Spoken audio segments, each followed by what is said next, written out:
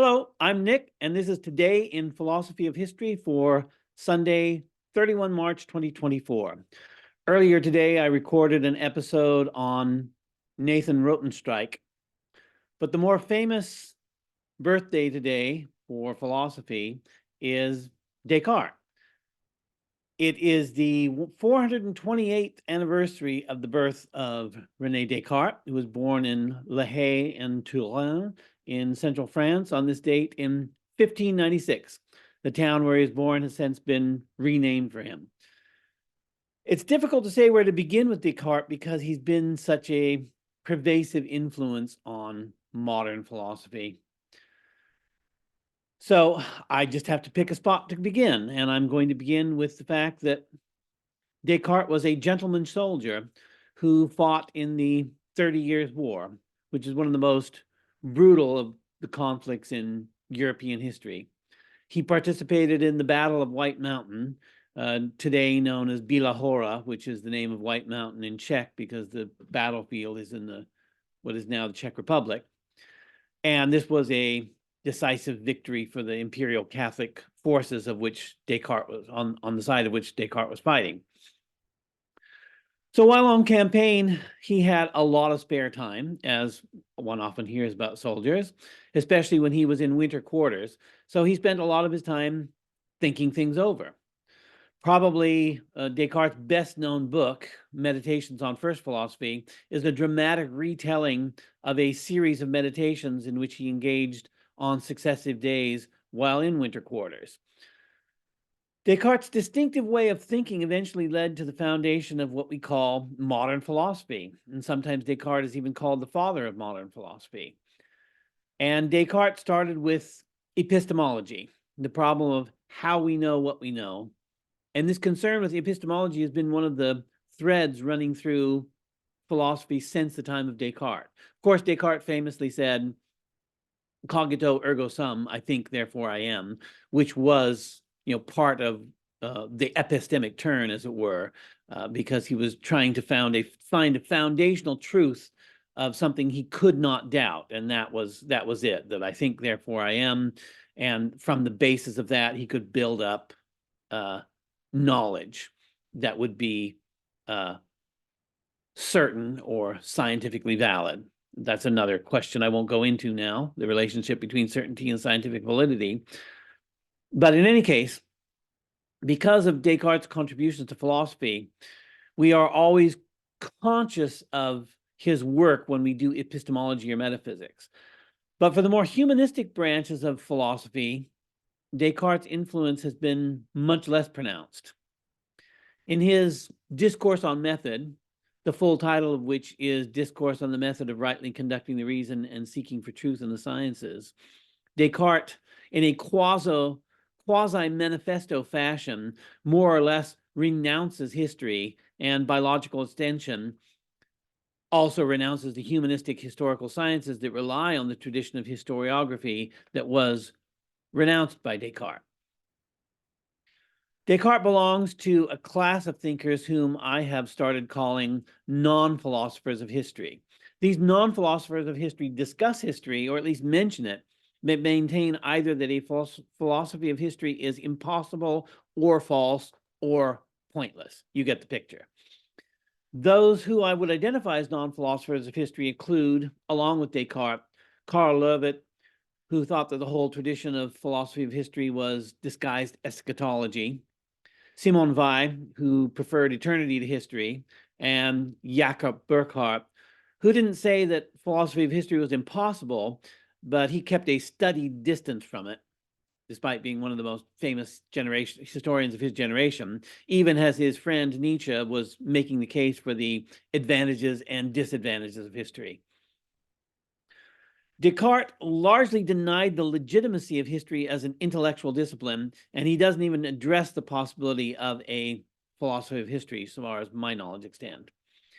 In my episode on philosophy of history before Augustin, I argued that a philosophy of history can be reconstructed after the fact for a philosopher who did not take the trouble to write a philosophy of history. Further, if we were to reconstruct this philosophy of history, whether written or unwritten, it can then be applied to history itself as the principles for a distinctive kind of history, since I also argued in Philosophy of History before Augustin, following the argument of Hayden White, that all history has philosophical presuppositions. So if all history has philosophical presuppositions, that is to say, if a history presupposes a philosophy, and it is to some extent constructed on the basis of a philosophy, whether or not this philosophy is made explicit, then any philosophy that can be made relevant to the problems of history can be used as a basis for history. With Descartes, this argument runs into a serious challenge, but not necessarily an insuperable challenge. We have to ask ourselves the question of whether we can construct a philosophy of history for a philosopher who denies the legitimacy of history. In order to show how this challenge can be met, we have to consider Descartes' critique of history, which is found in his Discourse on Method as a part of his account of his education. Descartes described his dissatisfaction with the curriculum of his day, and we could even say that this dissatisfaction with history and tradition might be taken to identify his modernity, since there's nothing more modern than expressing dissatisfaction with tradition and trying to distance oneself from it. So he writes, quote, "I was educated in classical studies from my earliest years, and because I was given to believe that through them one could acquire clear and sure knowledge of everything that one needed in life, I was extremely eager to acquire them. But as soon as I had finished my course of study, at which time it is usual to be admitted to the ranks of the well-educated, I completely changed my opinion, for I found myself bogged down in so many doubts and errors that it seemed to me that having set out to become learned, I had derived no benefit from my studies other than that of progressively revealing to myself how ignorant I was," unquote. I'm sure a lot of us can identify with that passage. A little further along, he acknowledges some of the practical benefits of his classical education, that fables stimulate the mind and memorable deeds can uplift the spirit, something that Nietzsche would later identify as a function of what he called monumental history, and history can aid in forming and aiding our judgment. Quote, again from Discourse on Method, "I did not, however, cease to hold the school curriculum in esteem. I know that the Greek and Latin are taught there are necessary for understanding the writings of the ancients, that fables stimulate the mind through their charm, that the memorable deeds recorded in history uplift it, and that they form our judgment when reading in a discerning way, that reading good books is like engaging in conversation with the most cultivated minds of past centuries who had composed them," unquote.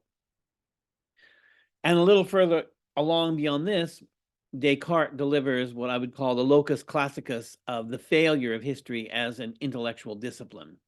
Quote, "But then I decided that I had devoted enough time both to the study of languages and to the reading of the books, histories, and fables of the classical world. For conversing with those of another age is more or less the same thing as traveling. It is good to know something of the customs of different peoples in order to be able to judge our own more securely, and to prevent ourselves from thinking that everything not in accordance with our own customs is ridiculous and irrational, as those who have seen nothing of the world are in the habit of doing. On the other hand, when we spend too much time traveling, we end up becoming strangers in our own country. And when we immerse ourselves too deeply in the practices of bygone ages, we usually remain woefully ignorant of the practices of our own time. Moreover, fables make us conceive of events as being possible where they are not, and even as the most faithful of accounts of the past neither alter nor exaggerate the importance of things in order to make them more attractive to the reader, they nearly always leave out the humblest and least illustrious historical circumstances, with the result that what remains does not appear as it really was, and those who base their behavior on the examples they draw from these accounts are likely to try to match the feats of knights of old and tales of chivalry and set themselves targets beyond their powers," unquote. And yes, there are echoes of Don Quixote in that quote. There are, in addition, serious challenges to the possibility of scientifically legitimate knowledge of the past. So let's break it down. Callingwood identified 4 principal Cartesian objections to history as formulated in what I just quoted. So here is Callingwood.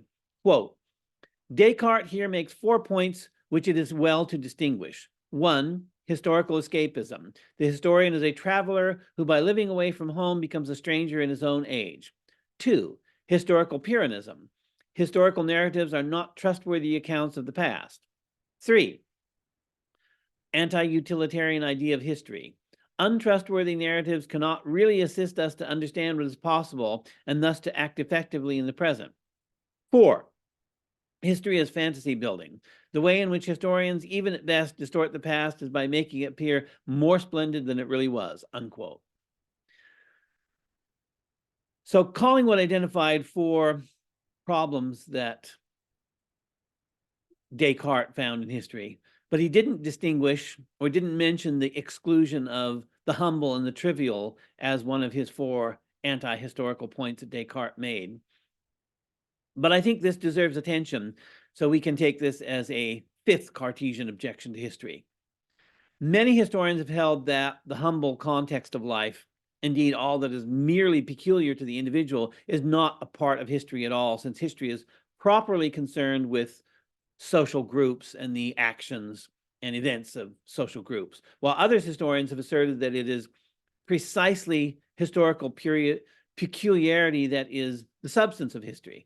Those 2 positions aren't necessarily opposed, but you could see how they could be brought out in a way that would be unflattering to history if we wanted to find a way to use them to criticize the tradition.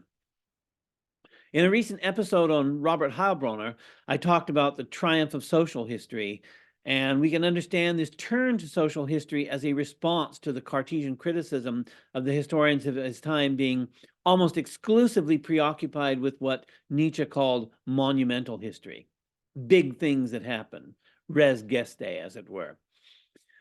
Social history, on the contrary, seeks to recount exactly what Descartes called the humblest and least illustrious historical circumstances, though it needs to be observed that social history does this, in a sense, ironically, because it does so not on the basis of the particularity preserved in the historical record, but on the basis of general principles, since the historical particularity of individuals' lives who have been lost for all except the elites. And the elites all along have been recounted in traditional history. The point is to capture the history of the peoples who were not recorded in written sources.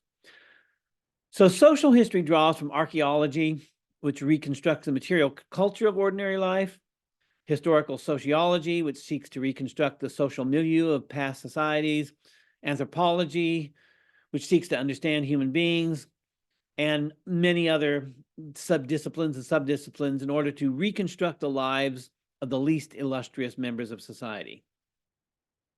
We have to approach social history indirectly in this way because it is rare for any written sources to record the life circumstances of common people. The contemporary school of microhistory also could be said to fill this Cartesian gap of the humble and the non-noteworthy. But even here, there's a lot that's left out of microhistory, either as being beneath the notice of the historian or simply never recorded, and so it can't be integrated into the historical record. You might recall in my episode on Callingwood that Callingwood formulated the idea of the a priori historical imagination, which interpolates into history what isn't recorded but we know had to have happened.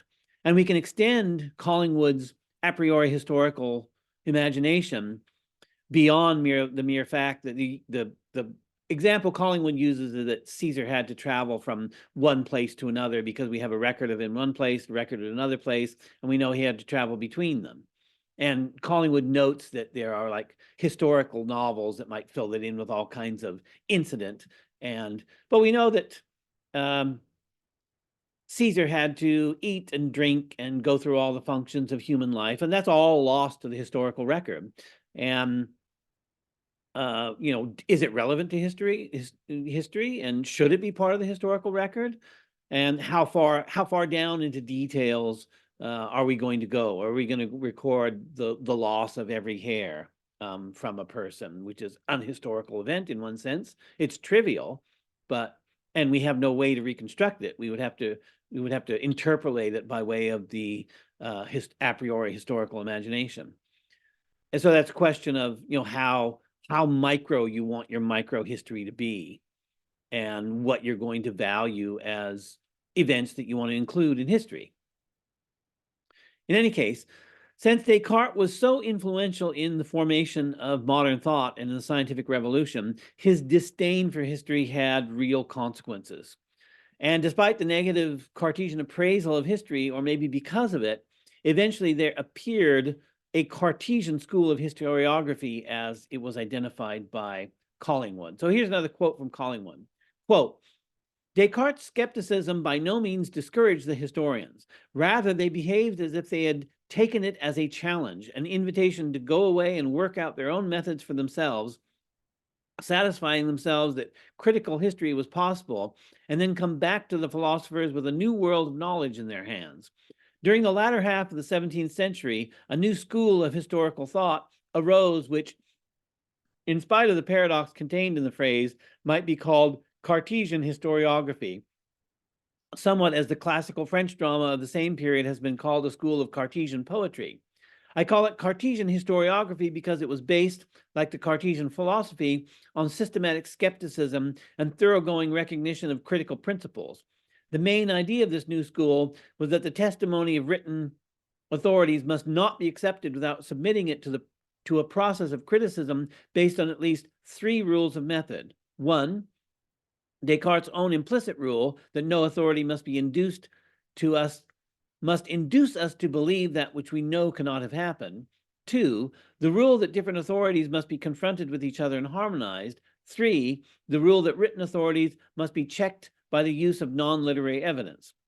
History thus conceived was still based on written authorities, or what Bacon would have called memory, but historians were now learning to treat their authorities in a thoroughly critical spirit, unquote.